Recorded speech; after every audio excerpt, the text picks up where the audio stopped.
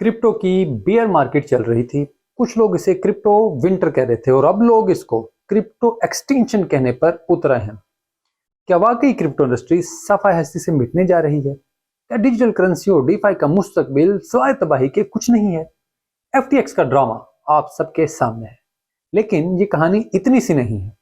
ये कहानी एक अरसा पहले शुरू हुई और मौजूदा हालात सिर्फ इसके गम्माज हैं।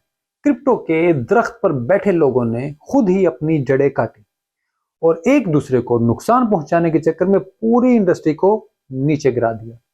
लेकिन ये कहानी मुकम्मल क्या है और ये कैसे शुरू हुई, ये जानना इंतहाई जरूरी और दिलचस्प है कि किस तरह पैसे कमाने के चक्कर में बड़ी बड़ी कंपनियां तबाह हुई और कैसे मजीद तबाही के दहाने पर पहुंच चुकी हैं।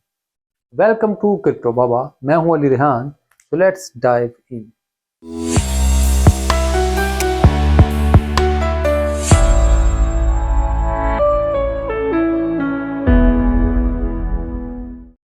ये कहानी शुरू होती है लूना से, जब उन्होंने कर्व पर अपना स्टेबल कॉइन यूएसटी पूल बनाया। यहीं से क्रिप्टो टाइकॉन्स के दरमियान जंग का आगाज हुआ। एक नामालूम हमलावर ने $350 मिलियन के यूएसटी को यूएसडीसी में तब्दील किया और पूल की तमाम लिक्विडिटी खत्म हो गई, जिसकी वजह से पहली बार यूएसटी डीपेग हुआ। यो अचानक ट्विटर पर शोर उठा, लेकिन इससे पहले कि लिक्विडिटी मजीद आती, एंकर प्रोटोकॉल पर लोगों ने यूएसटी चेंज कराने शुरू कर दी, तब्दील करवाने लगे और फिर इसकी डीपेगिंग को रोका नहीं जा सका।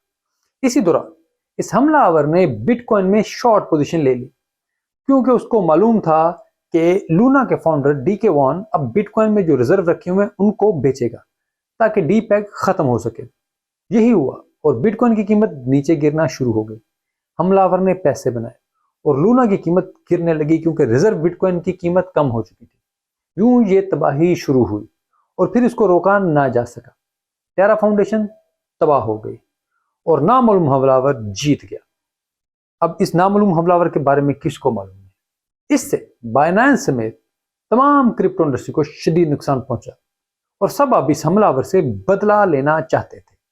लेकिन अभी मजीद तबाही बाकी थी।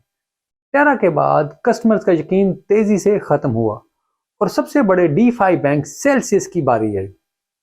सेल्सियस पर बैंक रन हुआ, यानी पैसे देने के लिए पैसा ना रहा। कस्टमर्स ने पैसे निकलवाने की कोशिश की, लेकिन पैसे मौजूद ही नहीं थे। इंडस्ट्री को टेरा की वजह से $300 अरब का नुकसान हो चुका था।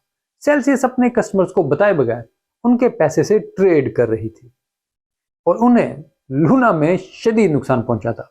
दूसरी जानब लोग पैसे निकलवाने में लगे हुए थे। ब्लॉकफाई और दूसरे क्रिप्टो बैंक भी तबाह हो रहे थे।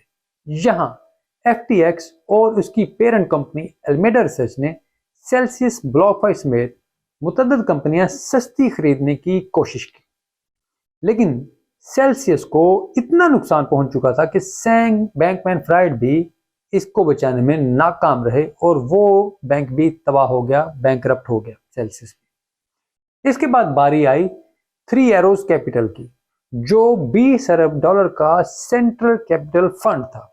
वो सेल्सियस में बहुत बड़े पार्टनर थे और टेरा के सबसे बड़े सरमायाकार थे।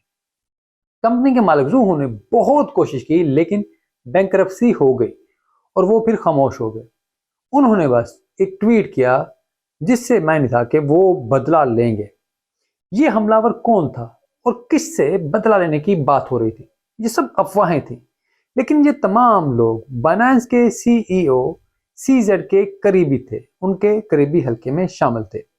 कुछ अरसे बाद एक वेल नामी ट्विटर अकाउंट ने ज़ोहो के हवाले से खबर दी कि सेल्सियस की तबाही के दौरान एफटीएक्स और अल्मेडा ने उनकी शॉर्ट पोजीशन पर हमला किया और उन्हें बैंकरप्ट कर दिया।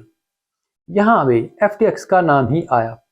एफटीएक्स और अल्मेडा का मौक़िफ़ यही रहा है कि वो ट्रेड में मुलव्वस नहीं, बल्कि वो सिर्फ एक वेंचर कैपिटल फर्म है जो मुख्तलिफ कंपनियों में सरमायाकारी करती है।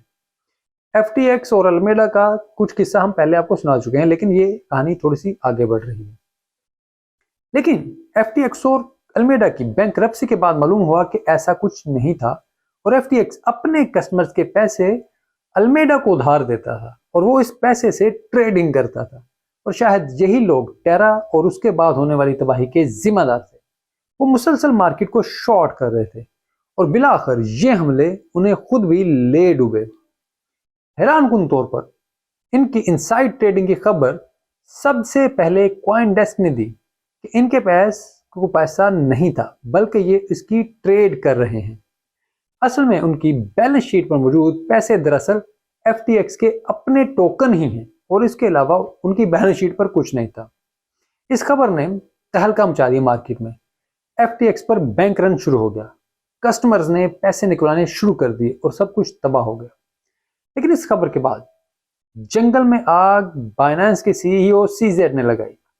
انہوں نے ٹویٹ میں کہا کہ بائنانس FTX ٹوکن کو بیچ رہا ہے اور یوں پھر FTX ایک ٹویٹ پر آ کر ختم ہو گئی۔